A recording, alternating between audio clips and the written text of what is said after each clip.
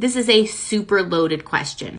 And instead of giving you a direct answer, because that's not my style, I'm going to talk about the reasons why it's such a contentious issue within the deaf community.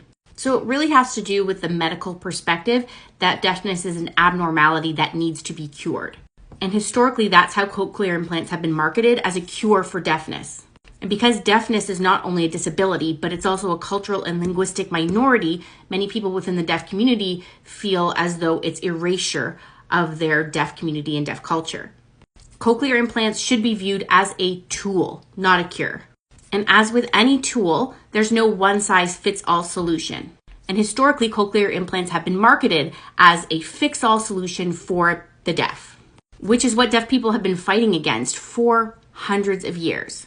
From the Milan Conference, Alexander Graham Bell and eugenics, institutionalization, communication systems instead of using their actual language, etc.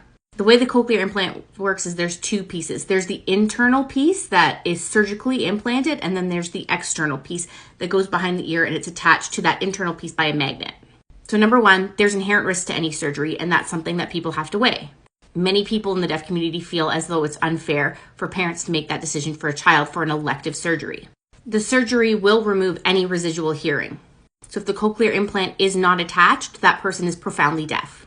Then it requires intensive rehabilitation, and it requires maintenance. It also limits some of the things that that individual is able to do. For example, certain roller coasters or scuba diving, contact sports. And up until recently, at least here in Canada, people who wanted the cochlear implant, it was covered by your provincial healthcare as long as you didn't learn sign language, because they wanted the individuals to focus on speaking and listening as opposed to providing them communication by any means. Nowadays, thankfully, that has shifted, and children are able to do speech and listening therapy alongside learning sign language. They also don't work for all types of hearing loss. Both of my parents and my aunt, it wouldn't work for them. And from that medical perspective, that type of deafness that can't be cured is seen as they're like more disabled. They are less than those that can be fixed.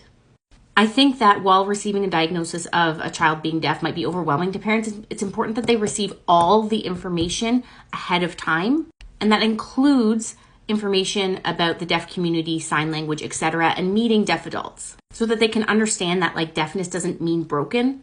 My personal opinion is that I would love for children to be able to discover their own identity.